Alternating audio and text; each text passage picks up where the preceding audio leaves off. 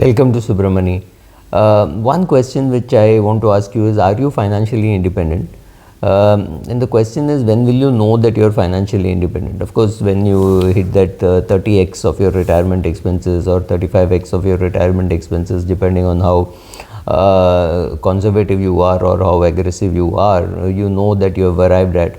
But ask yourself this question: if you were financially free, if you had an extra whatever amount, suppose you wanted 3 crores for retirement and suddenly you found 3 crores for retirement from somewhere, some uncle died or something like this happened, and you got 3 crores, and that's what you need apart from what you already have. So you know now you're comfortably well off, and you can ask yourself one question: what will you do?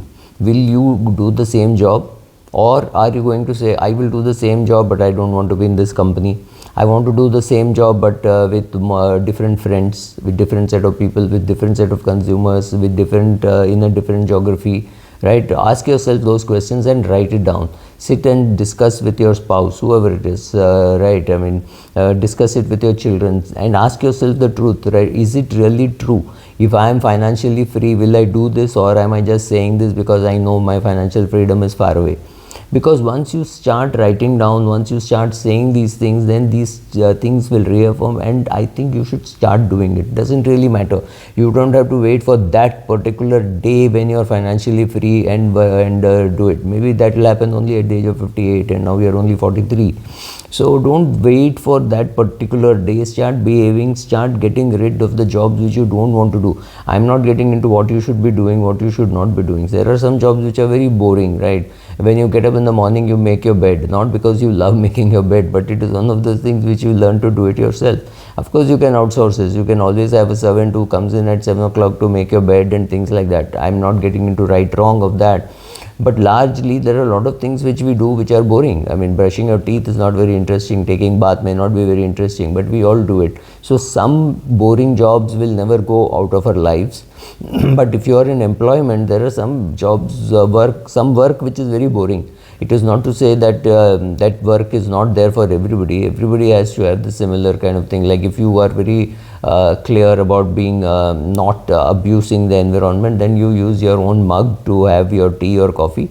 So every time you have a tea or coffee, which is say 3 times a day, you will go and wash your mug. Is it very interesting to do? No. Can it be outsourced? Yes. Will it be outsourced? Maybe no, because we don't have enough of manpower in big companies wanting to do that kind of menial work, so may not be available. So it may be a dull, boring job which you have to do. But those things you will do. But some other things, some copy paste, making a binder, making photocopies, making sets, some of those things, if you are forced to do it, say, oh, can I just get rid of it? Can I get somebody else to do it? Maybe yes, maybe no. But if you keep starting to get rid of things which are boring, and not waiting for that particular day when you will start doing those things right away. Start taking your breaks, going on vacations, listening to music, learning music, buying a guitar, whatever it is. Start doing it. Behave as though you are financially independent, and you will get there soon. But it is to be learned how to be financially independent, because one day when you are financially independent, God is not going to send you an operational manual of what to do now that you are financially independent, right? So that's not going to happen. So whatever be the reason, if you have got some reason to believe that your financial freedom is not very far away, maybe 8 years, it's not, that's not really far away in a human life. Start behaving like you're financially free. Refuse to do work which is not interesting. Refuse to do work which you don't want to do, right? Whatever it is. When you start doing all those things, God believes that, I'm just getting religious, but maybe people start seeing you as financially independent, and then you also get there, and maybe you get there at 56 and not 58. But at 56, you will have 7 or 8 years experience of how it feels to be financially independent. So don't have to give up everything. Don't give up your job on saying, oh, to think I am financially independent, I have to act like I am financially independent, so I will give up my job. No, that is not what I mean. But if you can get rid of small jobs, if you can push back and say, this I will do, this I will not do, this I love doing and I love travel, so can I do this from Goa, can I do this from Puri, right? I mean, Goa is over exaggerated and Puri is underrated as a beach.